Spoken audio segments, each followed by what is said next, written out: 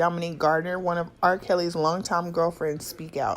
I'm sorry if my throat sounded a little scratchy, y'all. I'm smoking a blunt.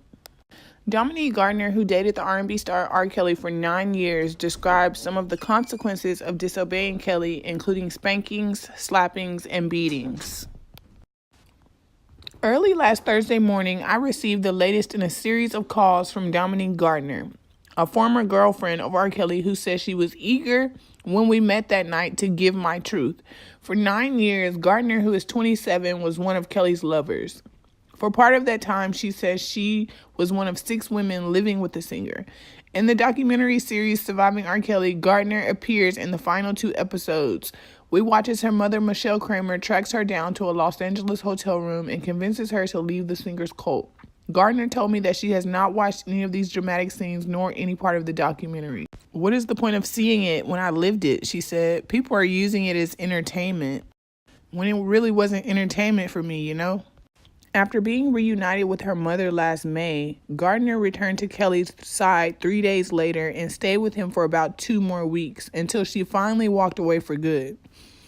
She is now living on the north side of Chicago, working and saving money for a studio apartment of her own. I would probably still be there if he would have let me go to my little brother's graduation, she said.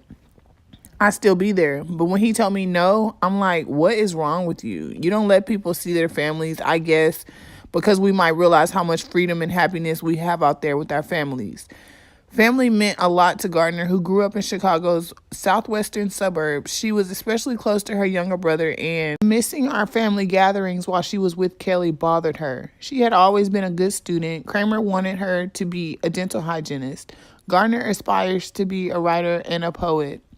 Gardner looked healthy and happier than she did when we had last met in July.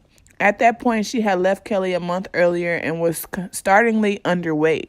We had met in a bar in Chicago where she spoke haltingly while looking out the big plate glass windows, watching for any black SUVs that might stop and linger. I wouldn't put it past him to have his guys following me, she said on Thursday. As in the past, we started by talking about music. We are both big fans of Kendrick Lamar and our tattoos. She said she admires how I am all tatted up with the logos of more than a dozen of my favorite bands clearly visible on my forearms. Only one of her tattoos, a lion's head, on the back of her right hand can be readily seen. And if I asked if she had others, she said that she also has 2 images of Kelly's face, one on her left leg and another on her rib cage. A particularly painful place to get a tattoo, she notes. For the final years of Gardner's time dating Kelly, the group of women also living with him included Joycelyn Savage and Azriel Clary, who were still with the singer. Last week, Savage and Clary defended Kelly in an interview with Gayle King on CBS This Morning. They told King that they love Kelly and are living where they choose to live, but they also appeared scripted and defensive on camera. Later, King described how Kelly hovered in the background while Clary and Savage were interviewed. He coughed loudly and at times as if to remind the 2 women that he was within earshot. One of my first questions for Dominique was if she regrets spending a third of her life with R. Kelly. No, she said, I loved him to death. You know what I'm saying? But he needs help. Who doesn't need help? The word cult is one that Gardner rejects, and so is brainwashed. I am not just about to spread lies about him, she said. But she struggles to find a better way to describe a situation that, according to her, people don't really understand, at least not the way she does. I wouldn't even say mind games. It was just the fact that he tried to break me, she said. I couldn't be broken. He wanted that control over me, and I wouldn't give him that power. So he figured, like, if I don't give her food, she'll come around. Nope. I'd rather die than come around and give you my soul. Keeping up with the news about Kelly in recent weeks has been dizzying. On February 21st, the New Yorker reported that the Department of Homeland Security is investigating him for sex trafficking and violations of the Mann Act. The next day, Kelly was indicted by the state of Illinois on 10 counts of aggravated abuse involving 4 victims, 3 of them minors. He spent 3 nights in jail before a woman who identified herself in court papers as a friend posted his $100,000 bond. On March 5th, King conducted an 80-minute interview with Kelly at the Trump Tower in Chicago, where he now lives. Kelly spent the next 3 nights in jail for failing to pay $161,000 in back child support payments until an anonymous donor paid the court. Kelly was released on Saturday night. In the interview with King, Kelly became histrionic, crying, standing up, and directly addressing the cameras, which prompted an avalanche of internet memes and the cold open of last week's episode of Saturday Night Live. The singer insisted that he was innocent of all the charges and accusations against him, and he branded all the women speaking out against him as liars. "I'm not Lucifer. I'm a man," he told King. "I make mistakes, but I'm not a devil, and by no means am I a monster." Although Dominique did not watch the full interview, she had seen that snippet. "That's not genuine. That's the devil talking," she said, talking about "I'm not Lucifer." "Yes, you are." But she is clearly conflicted about Kelly. She also insisted that he is a giver because when everything between me and him was good, oh my God, it was like perfect. But as soon as he got mad, he turns into a person like, "Oh, what up, the new Rob?" At the end of the day, Dominique said, "I am not playing victim. I done did some shit." Dominique said that she slept with 2 other men while she was one of R. Kelly's girlfriends. "Maybe he did hurt. Maybe he was in love with me. But I never gave him a fair chance," she said. The desire to convey her complex feelings about life with R. Kelly is what prompted Gardner to first email me in July of 2018 with the all-caps subject line, "Privacy is everything." We traded many texts and emails before she decided that it was time to meet again and tell her story publicly for the first time. Every time we talked, I asked her if she was in therapy. She was initially reluctant, but last Thursday she said she finally had her first session with the counselor in early March. Dominique met Kelly in mid-2009 after a friend and fellow superfan, Geronda Johnson, whom she met on MySpace, passed along his phone number. Johnson, now Geronda Pace, is one of the 4 victims in the current Illinois charges against Kelly. According to prosecutors, Pace had sexual contact with him starting at age 16. She broke the non-disclosure agreement that she signed with R. Kelly by talking to me in August of 2017. Part of the motivation, she said, was because she was concerned that R. Kelly was mistreating her friend Dominique. In the summer of 2009, Dominique, who had just graduated from Hillcrest High School, enrolled to study dental hygiene, per her mother's wishes. Dominique said that she first became intimate with Kelly at the time when she was 17, the age of consent in Illinois. R. Kelly was then 42. Although she loved his music, Gardner said, "I was never starstruck with him because I didn't see the R. Kelly side. I saw the Robert side." Gardner continued to live in her mother's home for the first few years that she dated R. Kelly. Michelle did not approve, but Dominique saw the singer often, visiting him in the mansion that he owned in the Chicago suburb of Olympia Fields. On June 14, 2009, the police visited the mansion in search of Dominique after her family had called them concerned that the teenager was there with R. Kelly. Dominique wasn't there at the time. She was at a cousin's house, she said. Police did not have a search warrant and they left without taking any action. In 2015, Gardner quit school and began living with Kelly, whom she calls a musical genius, and 5 other steady girlfriends, in addition to 2 other women who came and went. The women who lived with Kelly stayed in one of the 2 homes he had rented in the Atlanta suburb of Johns Creek. "Atlanta is where he changed," Dominique said. "It was like something switched. Before that, I used to go home on a regular basis. I was able to call my family, then all of a sudden, it was no." Sources have said that the women who live with R. Kelly have to follow what he calls his rules.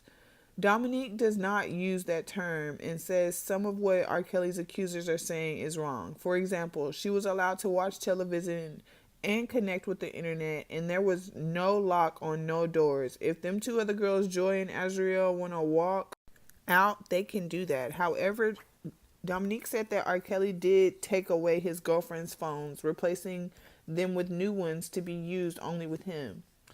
He did not allow them to contact their parents, family members, or friends. He decreed that they should all wear baggy gym clothes so other men could not admire their bodies, and he did not want them to look at or speak to other men, and they had to ask for permission to eat or go to the bathroom. "I couldn't even have a drink without his permission," Dominique said. "I'm a grown-ass woman, and I've got to ask you if I want a drink. Everything you do, you have to ask him. That's not living. That's not normal. I've got to ask to use the fucking bathroom. Are you serious? I'm about to pee on myself. If I can't get in contact with you, what the fuck is this? Dominique said that she was the tomboy among Kelly's girlfriends and the most rebellious. She often disobeyed him and suffered what she called consequences, including spankings, slappings, beatings, and being hit with an extension cord. Once after she threw a carrot Once after she threw a carrot at R. Kelly, he grabbed me and pulled my hair out, and I had like patches torn from my hair, she said. The consequences came when Kelly felt as if we disrespected him or disobeyed him.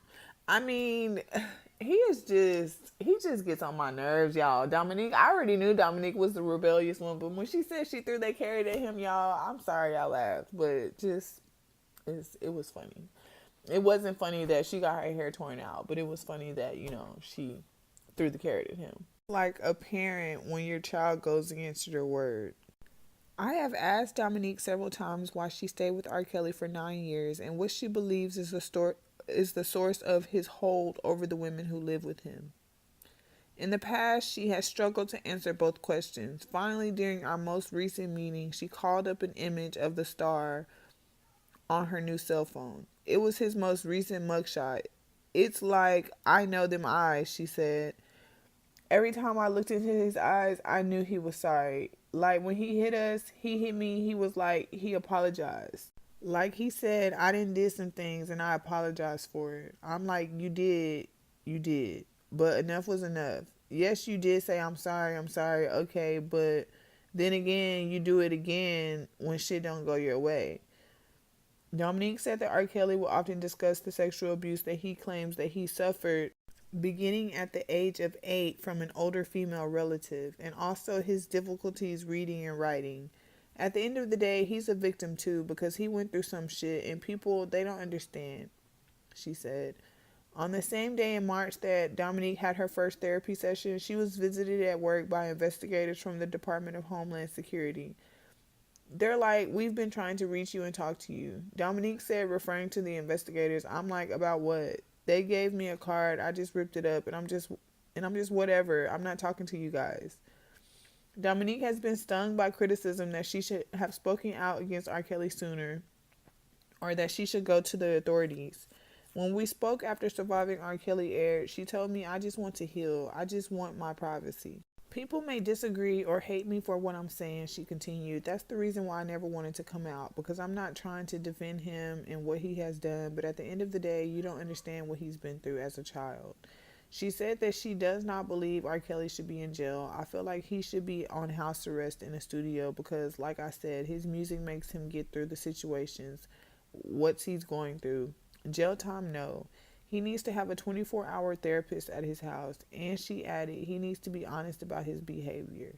Here, she addressed the man whom she claims to still love. You can stop the cycle, she said. Just be honest. People don't want you in jail. And to be honest, y'all, after I done sat here for 13 minutes and 30 seconds and read this entire article to you guys, I'm just like, girl, what the hell? What are you talking about, Dominique? That people don't want you in jail. Yes, we do. How you just gonna speak for all of us like that? Yes, we do want him in jail. We've been waiting almost a year for you to come out with your reply, and this is what you say? Oh, y'all, give me a minute. So you mean to tell me, Dominique, that we should give R. Kelly a 24-hour therapist? Why? So he can start fucking her too? And messing her head up? Clearly how he did yours. Girl.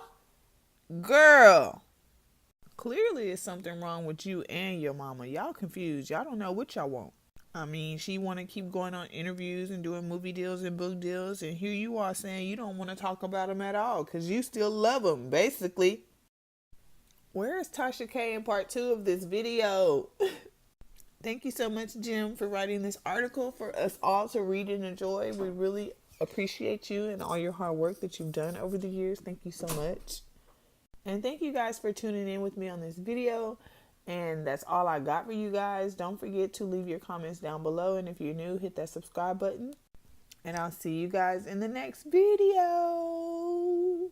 Oh, and one more other thing. I feel like the only reason Dominique did this interview was because she had made that Instagram post or whatever, how she was like, Rob hasn't even been answering her calls. Okay, so you've been trying to contact him too?